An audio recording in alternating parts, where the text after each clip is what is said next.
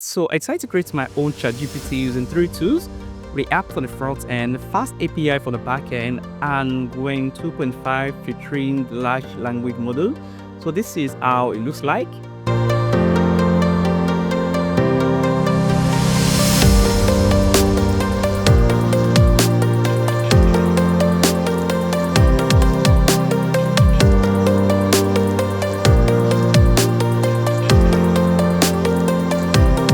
And after testing and it works well, I decided to integrate it into Telegram as a bot.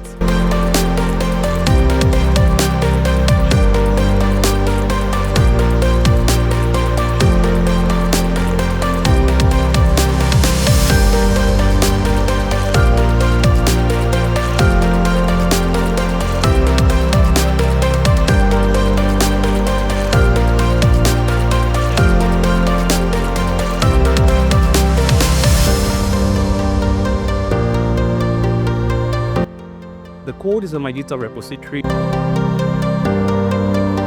If you want me to create a tutorial on how to set it up and run it offline, let me know in the comment section below.